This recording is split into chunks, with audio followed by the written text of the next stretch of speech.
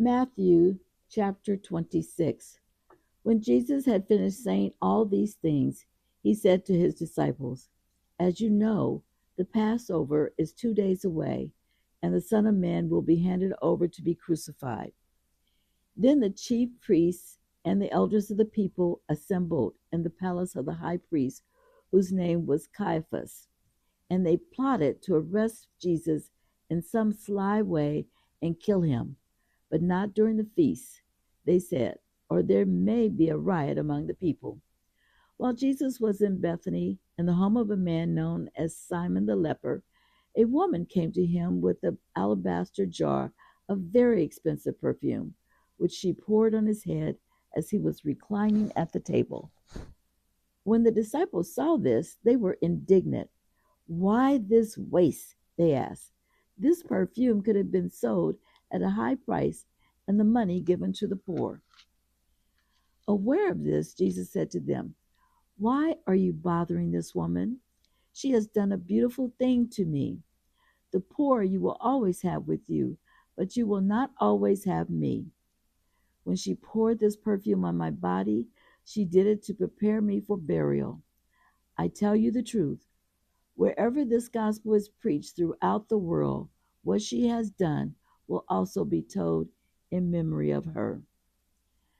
Then one of the 12, one called Judas Iscariot, went to the chief priests and asked, "What are you willing to give me if I hand him over to you?" So they counted out for him 30 silver coins. From then on, Judas watched for an opportunity to hand him over.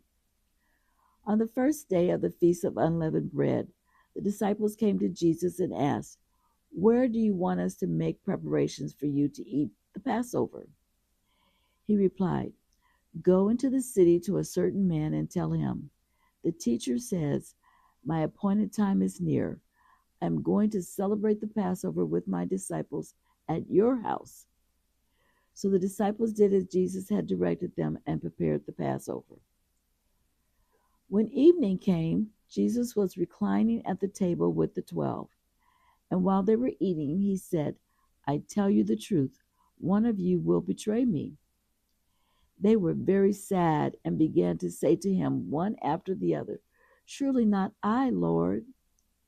Jesus replied, "The one who has dipped his hand into the bowl with me will betray me. The Son of Man will go just as it is written about him. But woe to that man who betrays the Son of Man.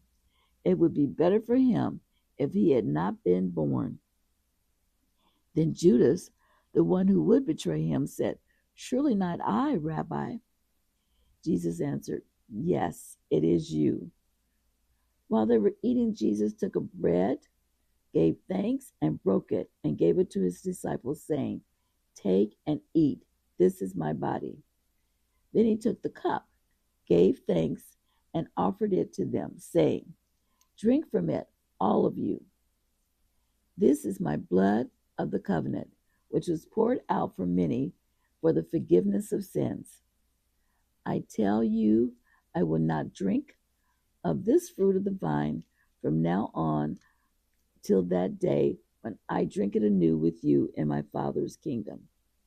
When they had sung a hymn, they went out to the Mount of Olives. Then Jesus told them, "This very night you will all fall away on account of me, for it is written, I will strike the shepherd, and the sheep of the flock will be scattered. But after I have risen, I will go ahead of you into Galilee." Peter replied, "Even if all fall away on account of you, I never will." "I tell you the truth," Jesus answered. "This very night, before the rooster crows, you will disown me 3 times." But Peter declared, "Even if I have to die with you, I will never disown you." And all the other disciples said the same. Then Jesus went with his disciples to a place called Gethsemane, and he said to them, "Sit here while I go over there and pray." He took Peter and the 2 sons of Zebedee along with him, and he began to be sorrowful and troubled. Then he said to them, "My soul is overwhelmed with sorrow to the point of death. Stay here and keep watch with me." Going a little further, he fell with his face to the ground and prayed, "My Father, if it is possible, may this cup be taken from me, yet not as I will, but as you will." Then he returned to his disciples and found them sleeping. "Could you men not keep watch with me for 1 hour?" he asked Peter. "Watch and pray so that you will not fall into temptation. The spirit is willing, but the body is weak." He went away a second time and prayed, "My Father, if it is not possible for this cup to be taken away unless I drink it, may your will be done." When he came back, he again found them sleeping because their eyes were heavy. So he left them and went away once more and prayed the third time, saying the same thing. Then he returned to the disciples and said to them, "Are you still sleeping and resting? Look, the hour is near, and the Son of Man is betrayed into the hands of sinners. Rise, let us go. Here comes my betrayer." While he was still speaking, Judas, one of the 12, arrived.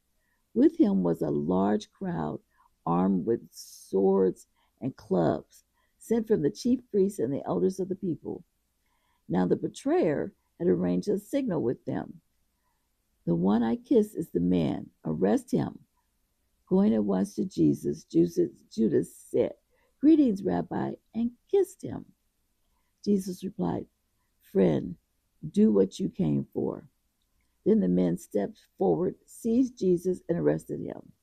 With that, one of Jesus' companions reached for his sword, drew it out, and struck the servant of the high priest, cutting off his ear. "Put your sword back in its place," Jesus said to him, "for all who draw the sword will die by the sword. Do you think I cannot call on my Father, and he will at once put at my disposal more than 12 legions of angels? But how then would the scriptures be fulfilled that say it must happen in this way?" At that time, Jesus said to the crowd, "Am I leading a rebellion that you have come out with swords and clubs to capture me? Every day I sat in the temple courts teaching, and you did not arrest me. But this has all taken place that the writings of the prophets might be fulfilled." Then all the disciples deserted him and fled. Those who had arrested Jesus took him to Caiaphas, the high priest, where the teachers of the law and the elders had assembled. But Peter followed him at a glance, at a distance, right up to the courtyard of the high priest. He entered and sat down with the guards to see the outcome. The chief priests and the whole Sanhedrin were looking for false evidence against Jesus so that they could put him to death. But they did not find any, though many false witnesses came forward.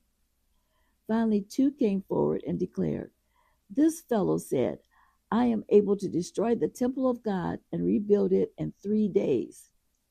Then the high priest stood up and said to Jesus, "Are you not going to answer? What is this testimony that these men are bringing against you?" But Jesus remained silent. The high priest said to him, "I charge you under oath by the living God. Tell us if you are the Christ, the Son of God." "Yes, it is as you say," Jesus replied. "But I say to all of you, in the future you will see the Son of Man standing at the right hand of the Mighty One and coming on the clouds of heaven." Then the high priest tore his clothes and said, "He has spoken blasphemy. Why do we need any other witnesses? Look now, you have heard the blasphemy. What do you think?" "He is worthy of death," they answered. Then they spit in his face and struck him with their fists. Others slapped him and said, "Prophesy to us, Christ, who hit you?" Now Peter was sitting out in the courtyard, and the servant girl came to him. "You also were with Jesus of Galilee," she said. But he denied it before them all. "I don't know what you're talking about," he said. Then he went out to the gateway, where another girl saw him and said to the people, "There, this fellow was with Jesus of Nazareth." He denied it again with an oath, I don't know the man.